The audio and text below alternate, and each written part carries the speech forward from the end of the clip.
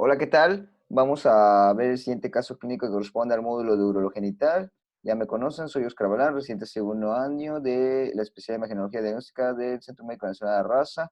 Tenemos el paciente, es un paciente femenino de 1 año de edad que se le realiza el siguiente método de imagen como en primera instancia. Es una radiografía de tórax y abdomen, el decúbito supino en proyección anteroposterior. Y enfocándonos al dato positivo, lo que nos llama la atención es que a nivel del abdomen, a nivel del hemiabdomen derecho, se observa una tumoración de tejidos de densidad de agua, perdón, que desplaza las asas intestinales y ese es el dato positivo que podemos observar en esta imagen. Y posteriormente se le realiza un ultrasonido de abdomen en escala Iris contractor convexo, en donde aquí estamos viendo ambos, el lóbulo derecho hepático, y llama la atención esta imagen que aquí voy delimitando con mi cursor, que aparece ocasionando un efecto de volumen sobre el hígado. Ahorita la vamos a delimitar mejor. Lóbulo izquierdo hepático sin alteraciones. Y pues a simple vista nos llama la atención esta lesión, que es de congestión heterogénea. Ahorita le haremos un poquito mejor semiología. Y aquí estamos observando la vesícula biliar sin alteraciones, aporte del colédoco normales, venas suprahepáticas también sin alteraciones. Hay un crecimiento esplénico de hasta 69 milímetros. Para pacientes de una edad, pues quizás bueno, está un poco elevado.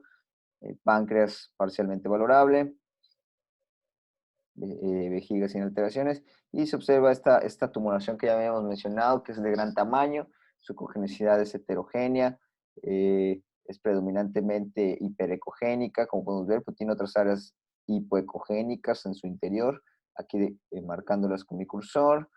Y aquí la flecha está señalando el riñón del lado derecho, que parece ser que se encuentra desplazado, y parece que no hay una adecuada interfaz entre la tumoración y el riñón de este lado, lo que nos podría indicar que la tumoración depende de este órgano. Aplicación de Doppler color, vemos cómo la vascularidad del riñón pues se encuentra conservada. Aquí vemos de mejor manera la tumoración dependiendo de este riñón. Vemos cómo la lesión es sólida, tiene algunas áreas hipocogénicas en su interior que pudieran ser necrosis o el componente quístico. Llega a medir hasta 8 centímetros por 8, aquí inclusive hasta 12 centímetros.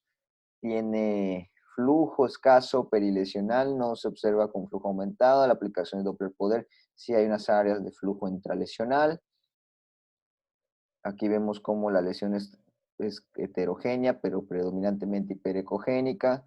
Y el riñón del lado izquierdo, aquí con un diámetro de 60 milímetros, parece que este riñón se encuentra sin alteraciones. La relación córtico-medular es nítida y no observamos alguna alteración. Aquí podemos seguir valorando la tumoración ya descrita, y vemos cómo la interfaz con el riñón de ese lado, del lado derecho, es poco nítida, lo cual nos indica que depende de este último. Aquí mejor demostrado. Y para seguir avanzando con el caso, vamos a ver este otro estudio, que es una tomografía de adquisición transversal en fase simple, donde vemos esta tumoración cuya densidad es similar a la de los tejidos blandos. Y sí, enfocándonos un poquito más en su interior, sí hay algunas áreas hipodensas eh, en su interior, que pudieran ser áreas quísticas o necrosis. Y se le realiza la fase contrastada. Esta es una fase arterial en primera instancia, lo cual es importante realizar estas fases para poder ver la vascularidad o de dónde depende la irrigación de estas tumoraciones, sobre todo cuando son de gran tamaño, puesto que esto ayuda a los cirujanos a la planificación quirúrgica. Y vemos cómo sí tiene un reforzamiento de tipo nodular heterogéneo. Vemos cómo en el interior de la lesión vemos algunos vasos arteriales aquí demostrado de mejor manera. Vemos cómo se observa el signo de la garra, eh, a expensas de la tumoración, dependiendo del riñón del lado derecho, el cual está desplazado casi hasta la línea media por la tumoración de gran tamaño. Observa gran desplazamiento de múltiples órganos, incluyendo el hígado, y sin duda las asas intestinales están muy desplazadas. Eh, en las otras fases que se le realizaron a este paciente, esta es la fase venosa.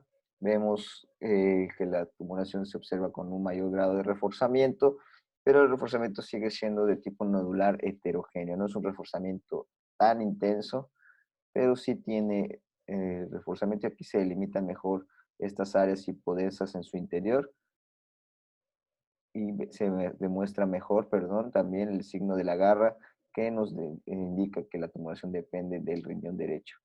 En las otras reconstrucciones, en la reconstrucción coronal, se observa cómo esta tumoración es de gran tamaño, sin duda, como ocupa prácticamente la totalidad del retroperitoneo derecho e incluso se extiende hacia la cavidad abdominal, hacia la cavidad peritoneal, perdón, y cómo desplaza las múltiples estructuras que se encuentran a su alrededor.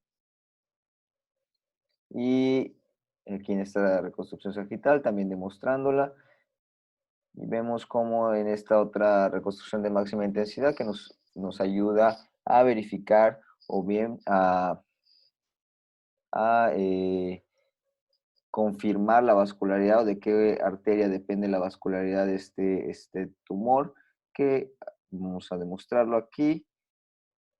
Parece que depende de la arteria renal. En una reconstrucción coronal se delimita mejor y vemos todos los vasos que atraviesan esta tumoración y que la vascularidad depende de la arteria renal.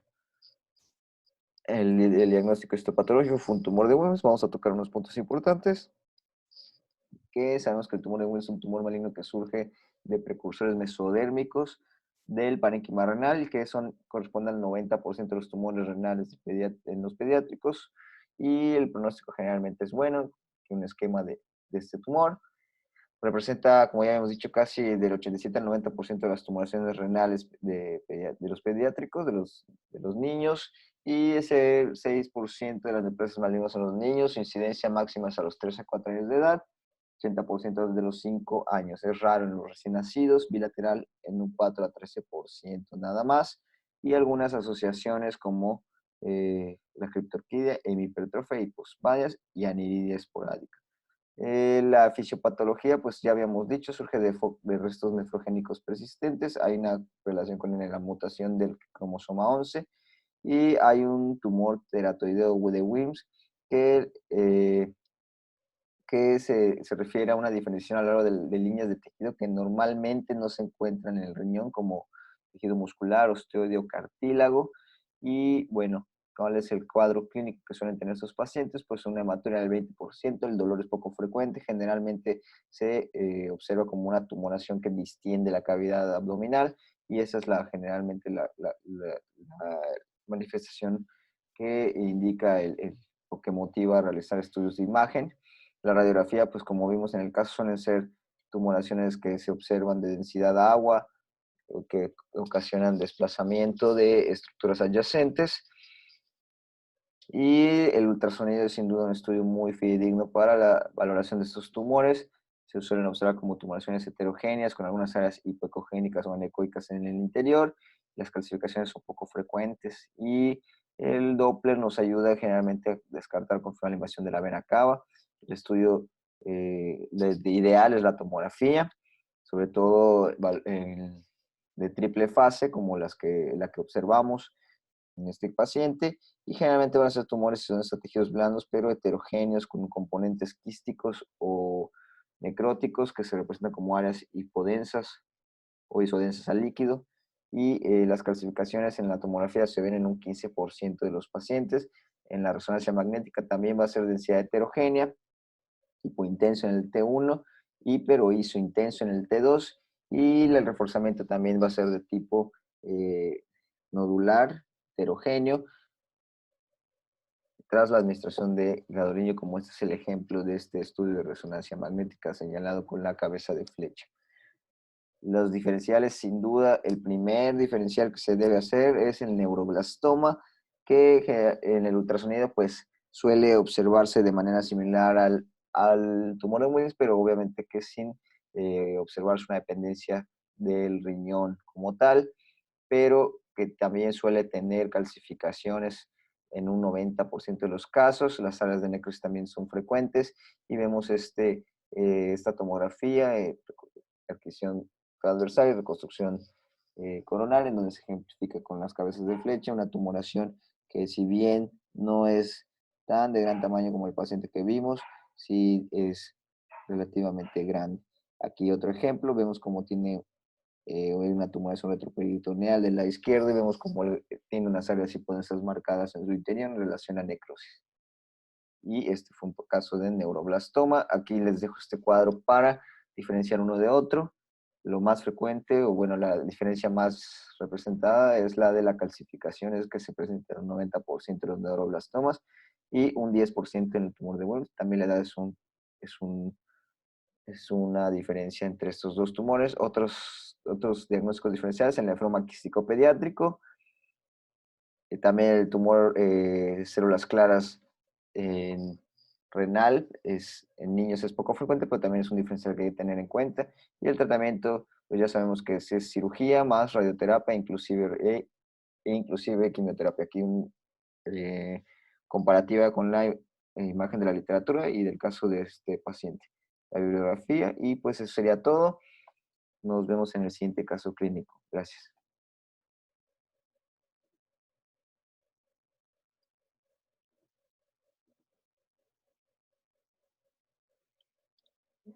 Ya. No, sí, tampoco, sí, tampoco me gustó mucho. Sí, no lo practiqué mucho.